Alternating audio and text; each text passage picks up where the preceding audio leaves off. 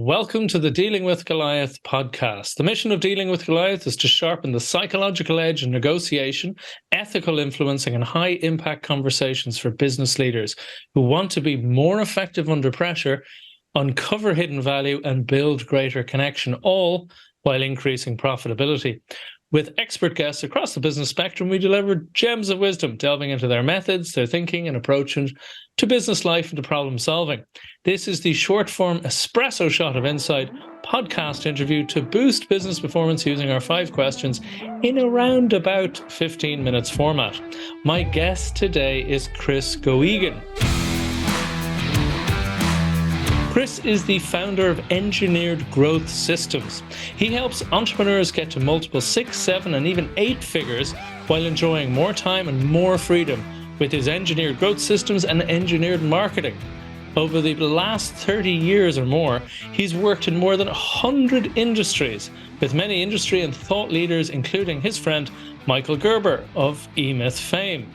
Chris states there are only 3 core growth systems separating you from the growth that you want. He lives in California, but is originally from Canada, so he talks funny, as he says. Is married to his wife, Naomi, and has 4 kids and a Labrador called Scout. Chris, welcome to the show. Yeah, thanks, Al. Yeah. I guess in Canadian, instead of Scout, it'd be Scout. Scoot. Scout. Scoot. Excellent stuff. Right. Excellent. So, well, look, it's a pleasure to have you on. So let's dive right in. So, Chris, who's your ideal client and what's the biggest challenge they face? Yeah, good question. So, ideal client, there's really, they both have one thing in common. There's 2 main categories, but they both have one thing in common. The main categories is one category, they're at like $1 million to $5 million range. They want to get to like 10, 20, 50 plus million. And they want growth. The second category is they're in like multiple 6 figures, and they want to get to 7 figures. So the commonality with them is they're really good at what they do, but they want to take what they do and bring it out on a much bigger level, and they want that growth. So that's the I love it. That's the first part of the question. That's the first part of the question. So that's your client. Now, what are some of those challenges that they face?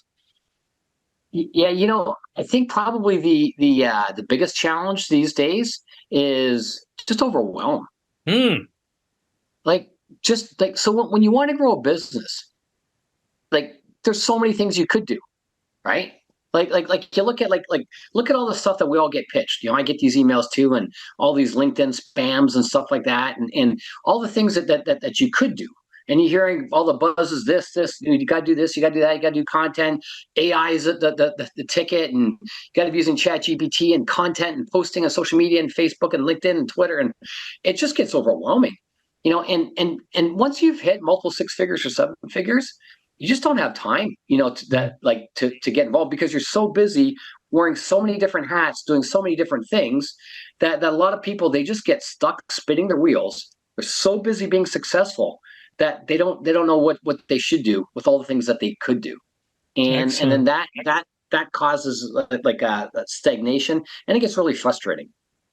Excellent. So what are some of those common mistakes people make when they're trying to solve that problem? So as you say, and a lot of listeners might be going, oh, this is sounding more and more like me here. So, as you say, they're in this situation. There's an element, if I'm hearing you right, that, what got them here won't get them there. That won't get them maybe to that next level. Yeah. And they're getting the sense of overwhelm because they're wearing so many of these hats and running around doing all these different things.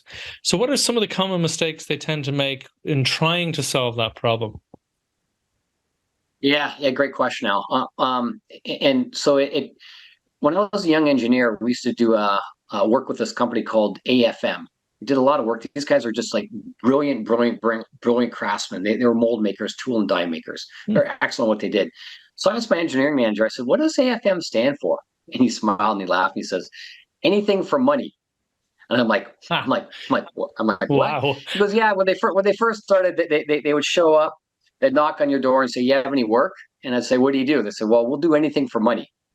And I love that because it's what got you to what you started off saying. I was like, what got you to one level?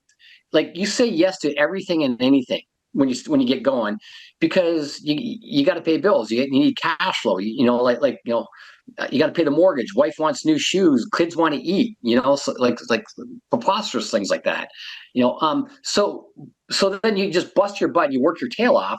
But once you get, depends on your business. Once you get into like multiple six figures and definitely into seven figures, you can't say yes to everything and anything. And also too, while you're building the business, you become a control freak. Like, because you're so good at getting stuff done that you can't let go of stuff. So you got two things. It's like, one, you can't let go of stuff, and two, it's you're used to just doing everything and doing so much stuff. So what typically happens when people want growth, they're like, oh my gosh, it's like we're doing so well, we barely scratched the surface.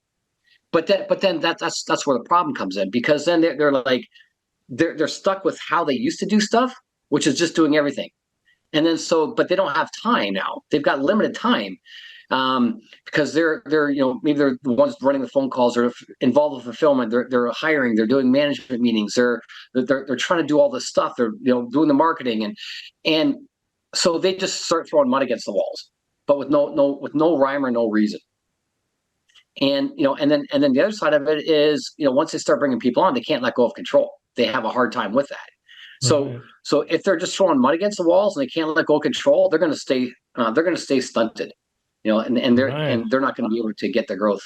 So it sounds like another symptom there might be that you've frustrated staff, because you're not handing out, you're not giving some of that control, you're not using the staff for their talents, their skill sets. So here's something that I hear regularly. I hear, I'll like be sitting down with the owner, and we'll hit a point, and their voice will drop, their tone will drop, and and then they'll just say like this. It's like, Chris, I'm having a really hard time with this. Like, I don't know if I can do this. It's like, it feels like there's a freight train running out. It feels like I'm running down the tracks, and there's a freight train behind me, and I can't stop, can't slow down. If I slip, if I stumble, I'm going to get smeared. And all these people, they all rely on me. Yeah. I can't live like that, but I can't stop. It's amazing you say that, because it was something when I started a number of years ago. I did a lot of discovery conversations, and this was the thing that surprised me about owner-operator entrepreneurs. The two greatest fears, one of them was very much letting down their staff, having to let their staff go or close their jobs because of what they perceived as their potential failures. I find that it's kind of heartwarming in a way that that's the concern. Of course, there are other concerns as well, but as you said, it's a very interesting one, and it's a great description of the feeling of overwhelm. That it's just, if they trip once, they'll drop some of the balls that are in the air, and all hell will break loose. It'll all fall to pieces. Yeah, it's a horrible fear. So what might be one valuable free action that the audience could take that will help with this issue? So it mightn't solve it, but it'll get them at least moving in the right trajectory, or at least looking in the right way. I used to tell people, my answer now is different than what I used to do. So like, I used to tell people, well, do this, do that, give them things to do, because we're all problem solvers, right? Everyone listen to this, every business owner, we're all problem solvers. But I changed that a while ago. It's just like, you know what? It's like step back from your business. Just step back, unplug. Whether it's for an afternoon, whether it's for a day, whether it's for weekend. I had a client who's like, Chris, we just went to Mexico for a week, and he goes, I was thinking about what you asked me, which is always like, what do you want? Like, what do you want? What do you want to do with your business? Like, what's your vision? What do you want? And a lot of people I work with, they're not in their 20s and 30s. They're maybe 40s, 50s. Maybe some in their 60s, and they're like, I don't have many pushes left in life. I maybe got one more push. And it's just, okay, but what do you want? What do you want your life to look like? Because you can't keep going the same. You already told me you can't keep going the pace you want right now. So like, step back, unplug. Have a glass of wine, go for a walk in the woods. And just get with your spouse. Just like what do you want? What do you want your business to look like? That's forget about brilliant. the doing. Just Brilliant piece go to of that. advice. Yeah, and I love Yeah. that as you said, you used to go to solving the problem, do this, do that, do the other. Yeah, or you Whereas need to this is, delegate, or you need to do this, or you need to come up with these processes. I'm a systems guy. You need to like do. You need. It's like no, none of that matters. None of that matters. And it's like because it's like I'll ask a question. You know, like substitute whatever number you're at. Like if someone's at like multiple six figures, if that's seven figures, if they're at 10 million, like it's like hey, if you're at like $1 million or $10 million, and what value would it be to you if developed a plan to take your business from 1 million to 5 million, or 200,000 to 1 million, or 10 million to 50 million? What value would it be to you to increase your net worth a minimum of fivefold, increase your income probably 10 to 20 fold, and give you more time, more freedom? Of what worth is that to you? Um, and as important as that question is, until you answer the first part, like what's your vision, Mhm. like nothing else matters. Like that doesn't matter until your vision is clear and your vision matters. Absolutely. It's the purpose, it's the why, that's the engine for all that. That's the clarifier. Absolutely. Absolutely. So that's a fabulous point. So what might be one valuable free resource that you could direct people to that will help them on this course? Yeah, good question. So I've got a number of free resources on my website. One is a three systems guide. My background's an engineer. I built high volume manufacturing lines for Ford. I built parts for the International Space Station program. Got into sales. Made a ton of cold calls in sales and got in marketing and for the internet, and then the internet came along. So long story short, is like I blend engineering, sales, and marketing together, and I look at it from a system standpoint, a systematic standpoint. Where if you want growth, you need systems, but systems aren't the way that people think about systems. And so this free guide that I have, three systems. There's three core building blocks to building your business, and this free guide, the three systems guide, it helps you like understand what these systems are, and helps you determine like if you want to get into if you want to go like all green, which is a video I've got on YouTube about how to go all green, Hmm. which defines what we do. Anyhow, not sure if I answered your question on that, but Excellent. No, the three go to my systems website, guide is get the there. three Yeah. systems guide. Yeah. Excellent. Excellent. And what's one question I should have asked you that would be of great value to our audience? Um, you know, like what do I love to do? Hmm.